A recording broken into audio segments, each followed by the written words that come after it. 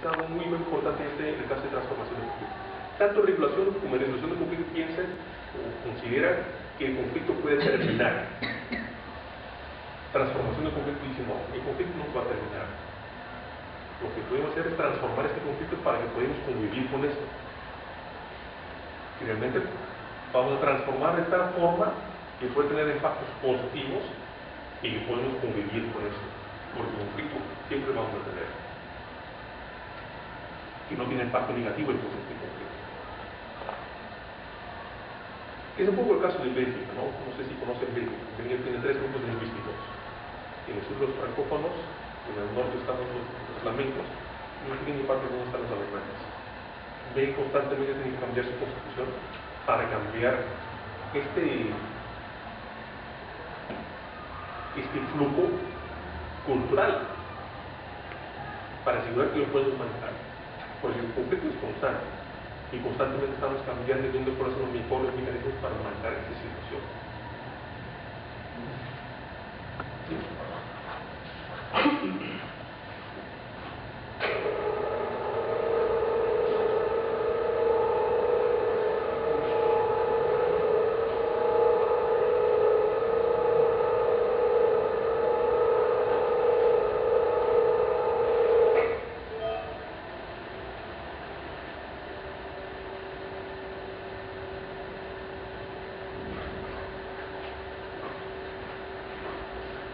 Entonces, esos son los 3 enfoques. La gran pregunta entonces que tenemos que hacernos en el Perú, los mecanismos que estamos utilizando son los mecanismos más adecuados. Y por ello, por ejemplo, en este caso yo, como médico, en mi opinión personal,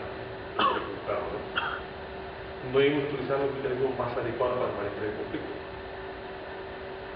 Yo hubiera preferido ver, primero, mecanismos con los líderes de opinión y especialmente en tema con las bases y la transformación. ¿Cómo yo voy a transformar este conflicto? Y esto tiene que hacer también con esta construcción de paz.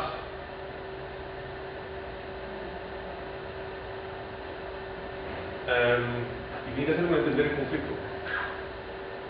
Si yo tengo aspiraciones y nadie me está escuchando, ese conflicto puede ser cada vez más radical. Yo me pregunto dónde están los partidos políticos financiados. Un partido político tiene que ser este actor que recoge esas demandas de la sociedad. A través de los partidos políticos y los políticos lo llevan a nivel local, regional y nacional. ¿Qué está ocurriendo esto? Yo me pregunto. Hay crisis. Hay una crisis, en mi opinión, muy fuerte. Los congresistas, ¿a quién representan? A la nación, en ellos. Pero por eso yo estoy preguntando, desde mi visión, otra vez, como europeo, donde la mayoría de los países tienen una bicameralidad, me pregunto, ¿no sería importante que tengan la bicameralidad? Donde tienen una cámara baja que está en la localidad, que representa su localidad, no está en Lima entonces, está en su localidad. Y tienen la cámara alta que sí podría estar en Lima. En el caso como Bélgica, me parece un caso un poco absurdo, ¿no? Porque el país es tan pequeño que 4 horas puede ir desde un punto extremo al otro punto del carro. Pero en caso, por ejemplo, como Inglaterra, la cámara baja o representante de la cámara baja está en su localidad. Y máximo 1 o 2 días está en Londres, del mes. Quiere decir que prácticamente todo un mes está en su localidad y representa su población entonces. La cámara alta normalmente está así, está en Londres. Me pregunto, ¿no sería mejor? ¿No va a reflejar que la población pueda hacer llegar sus demandas a los representantes? Esas son cosas que se tienen que trabajar. Esa para mí es la construcción de paz y la transformación del conflicto. ¿Qué tenemos que cambiar en la estructura del Estado? ¿Qué tenemos que cambiar en la cultura?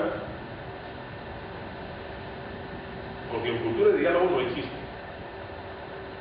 La cultura de diálogo parece en este momento ser tira más piedras.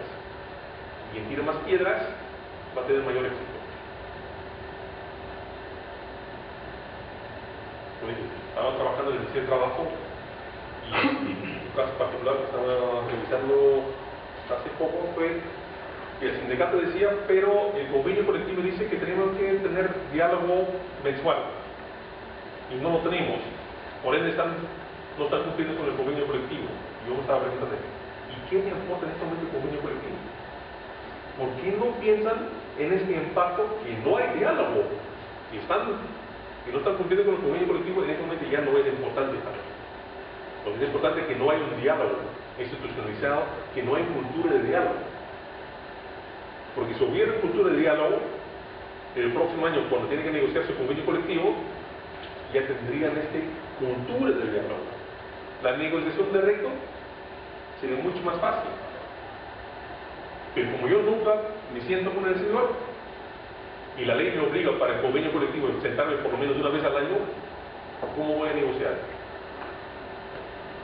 Va a ser difícil. Entonces, cultura de diálogo no existe. Hay que trabajar. El tema personal tenemos que trabajar. El tema relacional tenemos que trabajar. Y esa es toda la transformación.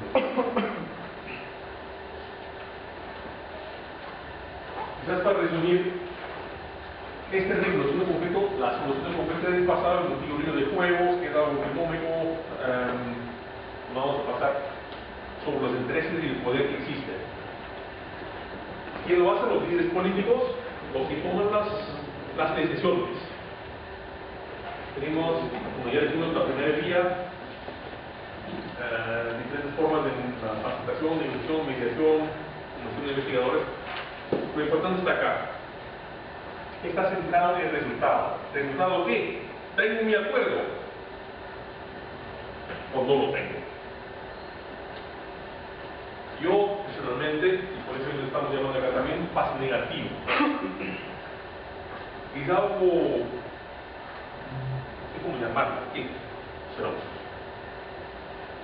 ya tengo mi acuerdo. ¿Y qué quiere decir este papelito? Aceptado. ¿Qué significa este papelito? ¿Ha sido aceptado? Es aceptado. Y acá en el Perú tienen dos dichos. Papelito manda. El otro dice papel aguanta. ¿No es cierto? Son dos dichos que ustedes tienen. Para mí explica todo. Papelito manda cuando es conveniente y cuando no es conveniente, bueno, el papel aguanta todo, pues. Pero, ¿qué antes? Ya, oiga, yo me bajo hemos hablado de la regulación, de la resolución, entonces, si se diera un caso, entonces, yo digo, se ha tratado, se ha trabajado con las bases, con los líderes de opinión, se ha firmado un acuerdo, y pues después, como dice, papel aguanta todo. La gente que sale por ahí es político. Entonces, ¿qué le queda al gobierno? ¿Qué le queda a los que están en el Ejecutivo? Dos cosas acá.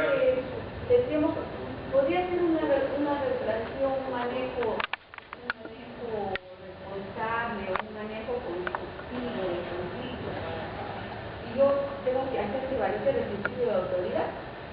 Y ya estamos dando los mecanismos, se está trabajando con las bases, se están trabajando diferentes sectores en las partes que se han analizado en los talleres, que les faltan, que hay que mejorar, que hay que dar.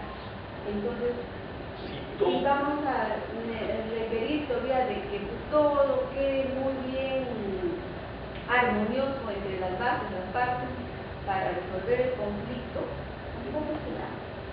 Entonces, tiene que haber alguien que haga primar el principio de autoridad también, porque a veces es muy político, ¿no? Ya se distorsiona el conflicto y ya lo derivan a otros netamente políticos. Muy bien. Entonces, ¿cómo manejar? Muy bien. Sí. Porque los conflictos son muy complejos. Lo que quiere decir con si no te siento la esperanza, lo que dice el papel va a resolverlo, vamos a tener grandes problemas.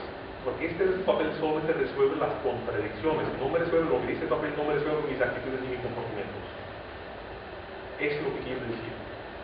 si el mecanismo que se ha utilizado, el enfoque que ya se ha utilizado, no está atendiendo actitudes, no está atendiendo comportamientos, este papel va a aguantar todo. No sirve para nada. Y así pueden encontrar un montón de papeles firmados. Y hemos preguntado una vez en el caso del P7, todos los acuerdos firmados, ¿y por qué no se cumplen? Porque realmente las actitudes y los comportamientos no han cambiado. Y hasta que no se hace esto, tu conflicto va a seguir. La pregunta entonces, ¿cómo yo puedo cambiar actitudes y comportamientos? Con el papel. Señor, acá has firmado, cambia tu comportamiento, cambia tu actitud. Y ya no vas a odiar a los chilenos, ¿ya? Porque la Corte le haya dicho que el problema está resuelto, ya no odias, ya no dan resentimiento, ya está en papel. Va a funcionar así. Tienes que trabajarlo, y es ahí donde entra la construcción de paz. Tienes que ver cómo puedes cambiar las actitudes. Tienes que trabajar, tienes que cambiar los comportamientos. Este es el vínculo entre la transformación y la construcción de paz.